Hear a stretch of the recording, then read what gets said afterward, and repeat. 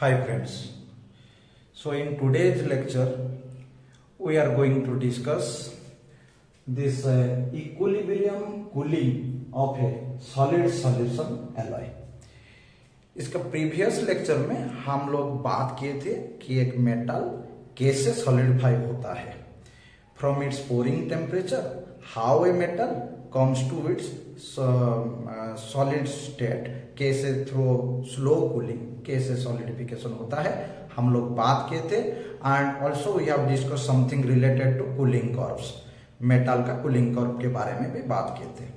So today it is a very important topic and some students requested me that sir ये वाला समझ में नहीं आ रहा है, as in this books it is written somehow in a difficult manner, so I thought कि इसमें हम लोग पूरा अच्छा तरीके से समझ जाएंगे कि एक इक्विलिब्रियम कूलिंग में जो कि मेटल एक सॉलिड सॉल्यूशन एलॉय हम लोग लिए हैं उसको जो पोरिंग टेम्परेचर से हम लोग कूल कर रहे हैं, then what is the microstructural change in this metal, एक एक पॉइंट पे क्या क्या माइक्रोस्ट्रक्चरल चेंजेस, माइन्यूट चेंजेस होता है, इसको हम लोग स्टडी करेंगे, which is very very interesting.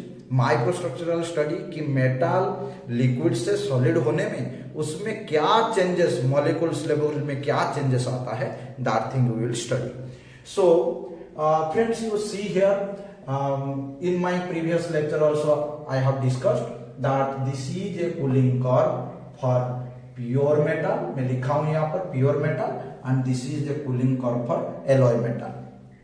इसमें खाली एक ही डिफरेंस है कि प्योर मेटल का this B point, that means this is the starting of solidification point, and the C point it is the completion of solidification point that occurs at a constant temperature.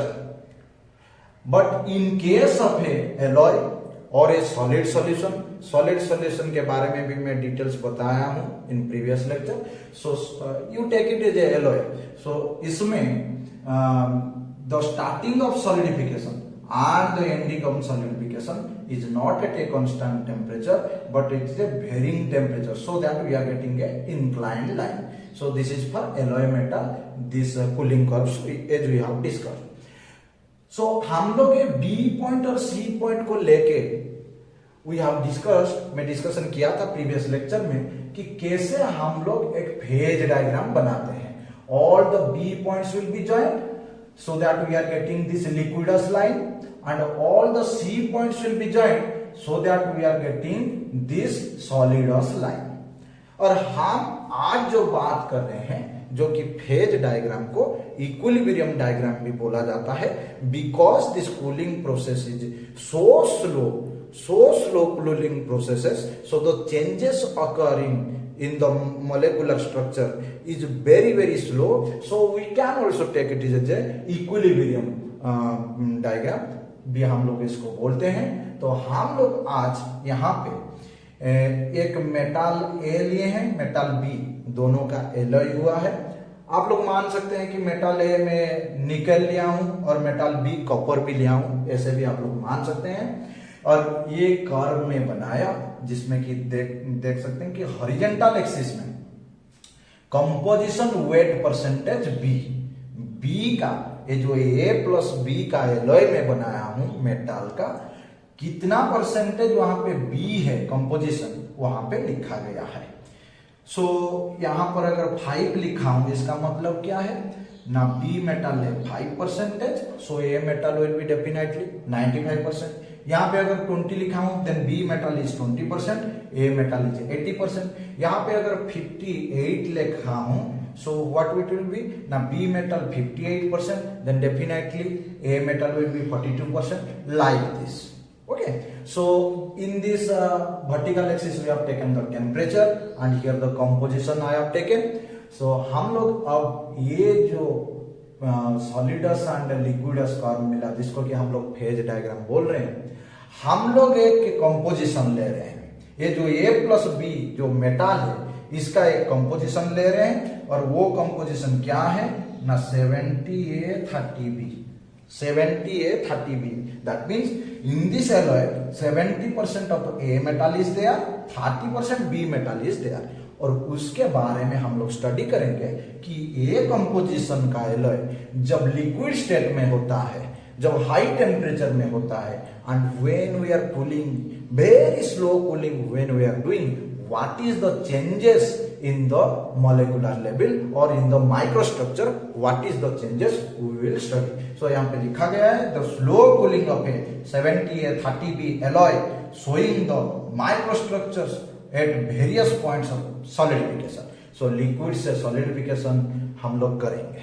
So now you just for giving you a small introduction in this phase diagram, this curve, ऊपर वाला curve को हम लोग liquids line बोलते हैं because above which the metal is completely in the liquid state, L लिखा गया है, and this is the solids curve below which all the metal is in solid state. So solid state को alpha लिखा हूं, and ये curve के बीच में जितना एरिया रहा इसमें the metal is in A two phase condition, so it is liquid plus solid, so L plus alpha लिखा गया है. Now you can see that हम लोग वेरियस कंपोजिशन पे यहाँ पे भी मैं ड्रॉ किया हूँ. All the red vertical lines you can able to see. हम लोग एक कंपोजिशन लिए हैं जिसके बारे में हम लोग आज स्टडी करने जा रहे हैं, that is 70A 30B. 70% a metal है, 30% बी मेटल है. और मैं बोला था आप ए मेटल को निकेल ले लीजिए और बी मेटल को कॉपर ले लीजिए. सो 70-30 निकेल कॉपर का एक एलॉय जो कि लिक्विड स्टेट में है, वो सॉलिड स्टेट में जब पहुंच रहा है, what is the microstructure change we will discuss. So first of all friends, you see that the nickel copper alloy which I have taken 70A 30B, that is in this point T0 पे है. So if it is T0 पे है, so that is in which state? Now definitely in liquid state, because liquidus line के above जो रहेगा वो liquid state में है. You assume that may be 1500-1600 degree Celsius temperature में है T0 में. So I have shown the microstructure in a diagrammatically manner, आपको दिखाया हूं. सो देखिए यहाँ पे जो मोल्ड या एक कंटेनर में जो रखा हूं liquid, that is complete a liquid solution. एक ही स्टेट में है, निकेल एंड कॉपर पूरा मिल गया है, एक ही लिक्विड सॉल्यूशन में है, and the composition I have written 70A 30B मैं लिख दिया. जैसे जैसे हम लोग स्लो कूलिंग अप्लाई कर रहे हैं, धीरे धीरे हम लोग कूल कर रहे हैं एलॉय को, so definitely the temperature will decrease, temperature decrease करेगा. सो टेम्परेचर डिक्रीज करके मैं यहाँ पे कहां पे पहुंच रहा हूं, T1 टेम्परेचर में पहुंच रहा हूं, and the T1 temperature is just above, और you can say that just touching this liquidus line. और लिक्विडस लाइन के अबव सब लिक्विड में है, लेकिन लिक्विडस लाइन में बोला कौन सा पॉइंट को लेके हम लोग लिक्विडस लाइन ड्रॉ किए थे, ना बी पॉइंट को. और ये बी पॉइंट क्या है, ना starting of solidification. Solidification start होगा यहां से, कहीं कहीं रैंडम लोकेशन पे वो लिक्विड के अंदर में सॉलिडिफिकेशन स्टार्ट होगा. सो ये जो T1 पॉइंट पे जब मैं माइक्रोस्ट्रक्चर स्टडी कर रहा हूं, आप लोग देख रहे हैं ये T1 पे जब मैं माइक्रोस्ट्रक्चर स्टडी कर रहा हूं, सो what is happening, you can see that you can see this one. जब मैं माइक्रोस्ट्रक्चर स्टडी कर रहा हूं, सो यहां पे जो पूल ऑफ लिक्विड है, जैसे ही ये लिक्विडस लाइन को जस्ट टच करेगा, so at some of this point in that liquid in small random locations the solidification has just begin.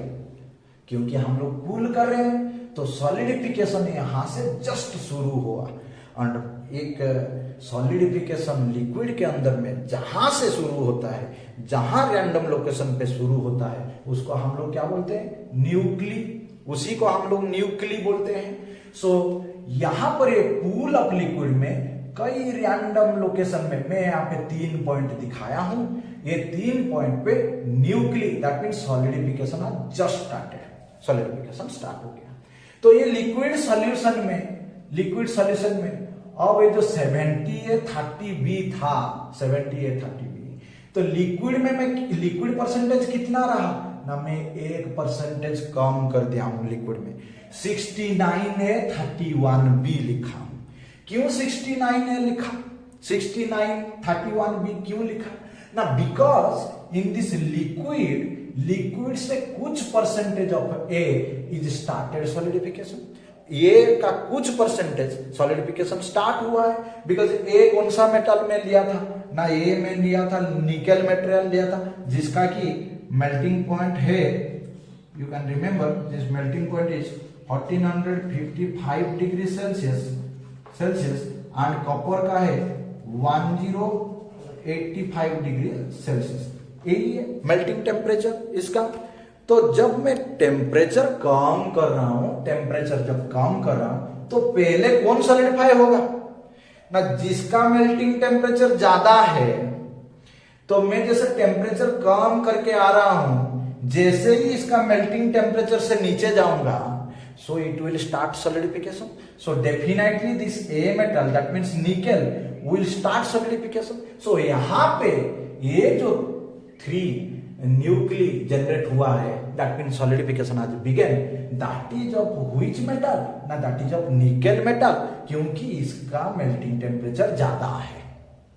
So liquid में तो अब क्या हुआ ना, निकेल का परसेंटेज कम हो गया और आपका क्या हुआ ना, कॉपर का परसेंटेज ज्यादा हुआ। सो 69 है 31B। बट जो सॉलिड का पर्सन है, जिसको कि मैं लिखा हूं अल्फा 1, उसमें किसका परसेंटेज ज्यादा है, उसमें तो आप बोल सकते हैं कि कंप्लीटली वो निकेल है। सो मैं निकेल को 95 लिया हूं, अप्रोक्सीमेटली 95 लिया हूं, और कॉपर में भी इट इज 5 और लेस देन 5 नहीं भी हो सकता है कॉपर, क्योंकि अभी कॉपर का सॉलिडिफिकेशन टेम्परेचर हम लोग नहीं पहुंचे हैं। So I have taken this alpha 1 that is 95A and 5B। ये T1 पॉइंट में हम लोग को मिल गया, ये टेम्परेचर T1 पॉइंट पे हम लोग को मिल गया।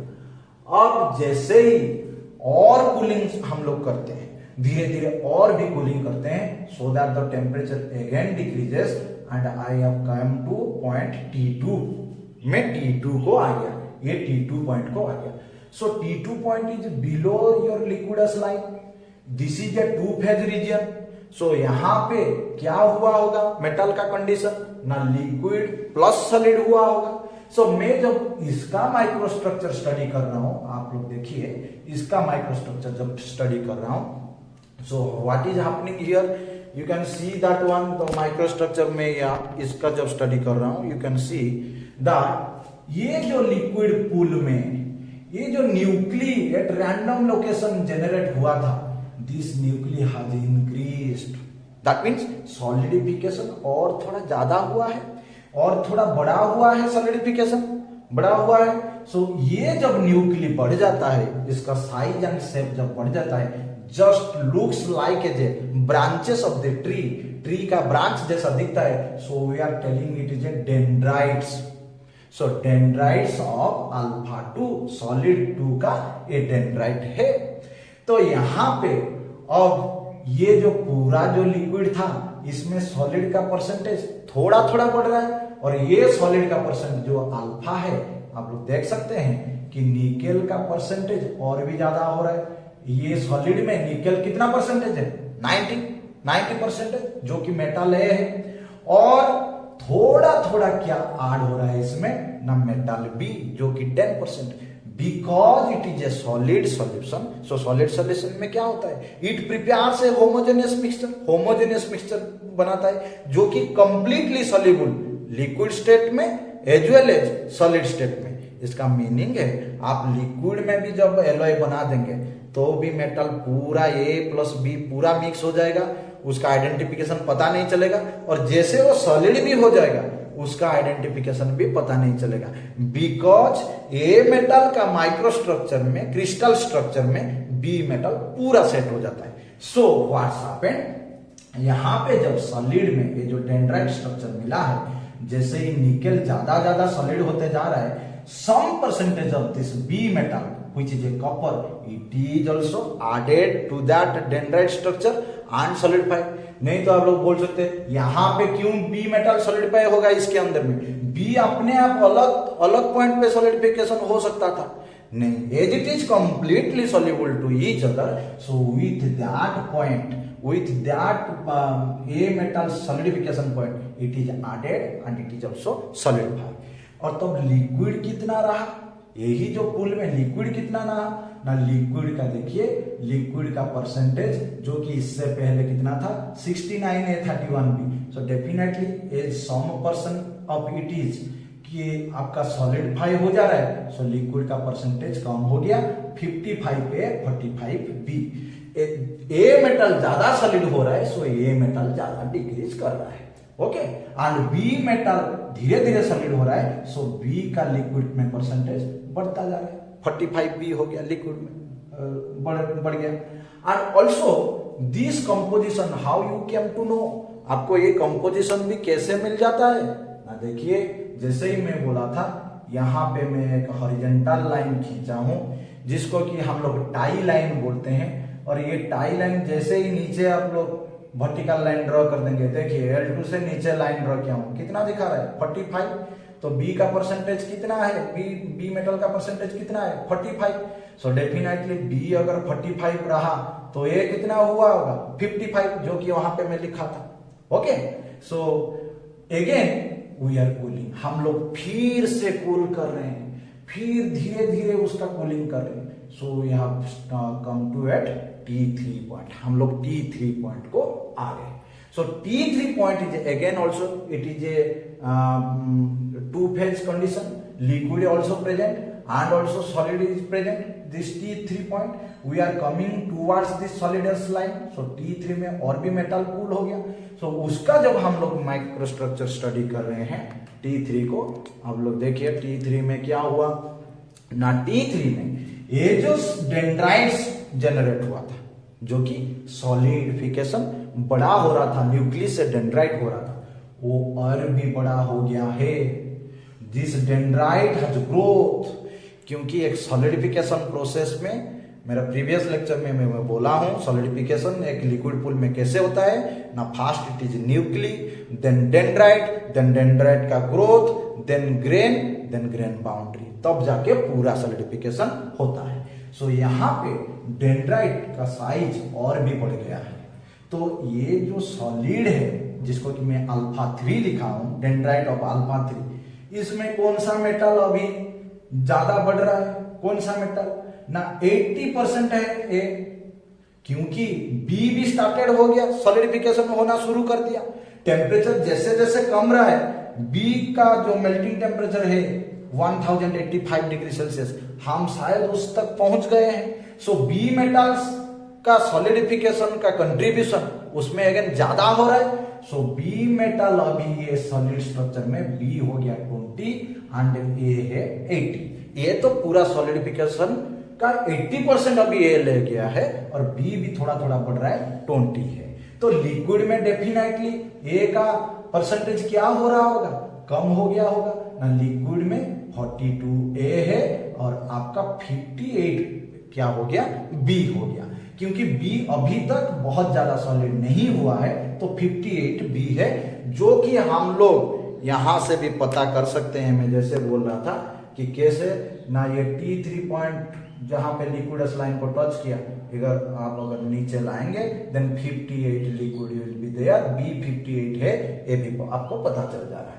So again I am coming to downward, that means slow cooling again continued, और भी स्लो कूलिंग हो रहा है, so we reached at T4, ये T4 पॉइंट कहां पे है ना, T4 point just at solidus curve के ऊपर में है, और ये सॉलिडस कर्व कैसे मिला था, मैं बोला था this C point which is the ending of solidification, okay, so ये मैं यहां पे पहुंच गया हूं जहां पे कि हम लोग आज्यूम कर सकते हैं कि all this alloy is going to be solidify, पूरा सॉलिडिफाई होने के लिए जा रहा है, सो उसका जब हम लोग माइक्रोस्ट्रक्चर स्टडी करेंगे, ये T4 पॉइंट पे यहां से लेके जब मैं माइक्रोस्ट्रक्चर स्टडी कर रहा हूं, so you can see over here कि वहां कैसे हो रहा है ना, this dendrite what is already growth, ये जो बढ़ गया था, this is converted to grain, इसको हम लोग ग्रेन में कन्वर्ट हो गया। ये जो 3 डेंड्राइट जनरेट हुआ था, ये बड़ा बड़ा 3 ग्रेन हो गया है। तब इसमें जब अब जो सॉलिड है, अल्फा 4 लिखा हूं, इसमें जो सॉलिड है, सो ये क्या हो गया ना, ये का सब पर्सन सॉलिडिफाई हो गया है। सो ये इज 70 है, हम लोग लिए थे कंपोजिशन 70 है, और बी कितना परसेंटेज वहां पे है, 30% बी है। लेकिन यहाँ पे जो ग्रेन का ये जो रेड कलर दिख रहा है, ये क्या है, ग्रेन का बाउंड्री, ग्रेन का बाउंड्री है, जो कि मे भी और थोड़ा थोड़ा हीट कंडीशन में है, थोड़ा थोड़ा हीट कंडीशन में है, क्योंकि मोल्ड का वाल के तरफ में सॉलिडिफिकेशन जल्दी होता है as it is contracted to this atmosphere side. जो बीच वाला पर्सन है, जो कि एक ग्रेन को अदर ग्रेन में कनेक्शन करता है, ये जो बाउंड्री है उसमें अभी तक थोड़ा गर्म, थोड़ा हीट है। सो यहाँ पर जो लिक्विड है, मैं इसलिए यहाँ पे लिक्विड लिख रहा हूं, नहीं तो पूरा सॉलिड लिखता और लिक्विड नहीं लिखता। सो यहाँ पे अगर वो थोड़ा सा लिक्विड जो बच गया है, वो कितना है ना, 35 है, ए का क्योंकि बहुत कम हो गया है, all the person is solidified, and B है 65 बी है लिक्विड में, L4 में। हाँ, सो हम लोग और भी नीचे आ रहे हैं, हम लोग अभी T5 तक आ गए, T5 इसको कूलिंग करके T5 तक आ गए। और ये T5 क्या कंडीशन है ना, ये तो सिंगल फेज है, below solidus line, everything is in solid form. So ये सॉलिड फॉर्म में है, कंप्लीटली सॉलिड फॉर्म में है। सो वहां पे जब मैं माइक्रोस्ट्रक्चर स्टडी कर रहा हूं, you can see over there, ये जो बीच वाला जो बाउंड्री लाइन पे वहां पे थोड़ा सा भी लिक्विड था इससे पहले, that also solidified, so only the grain जहां पे मैच कर रहा है, that line is only able to identify, but there is no liquid structure at all, liquid structure और नहीं है, only solid is there। वो जो 3 न्यूक्ली जनरेट हुआ था, अब वो 3 बड़ा बड़ा ग्रेन से कन्वर्ट हो गया है, जिसका की परसेंटेज क्या है, 70A 30B, because 70A 30B का ही हम लोग एलॉय का कंपोजिशन लिए थे। So we have got after this solidus line T5 में complete solid you have got which is a solid solution. यहाँ पे आपको ए मेटल बी मेटल में कोई आइडेंटिफिकेशन नहीं मिलेगा, as it is a solid solution, completely soluble in the liquid state as well as in the solid state. So this structure you have found. So यहाँ पे हम लोग discussion किए कि कैसे एक एलॉय और solid solution from this pouring temperature liquid state से कंप्लीटली सॉलिडिफाई हो जाता है with numbers of changes of this माइक्रोस्ट्रक्चर्स।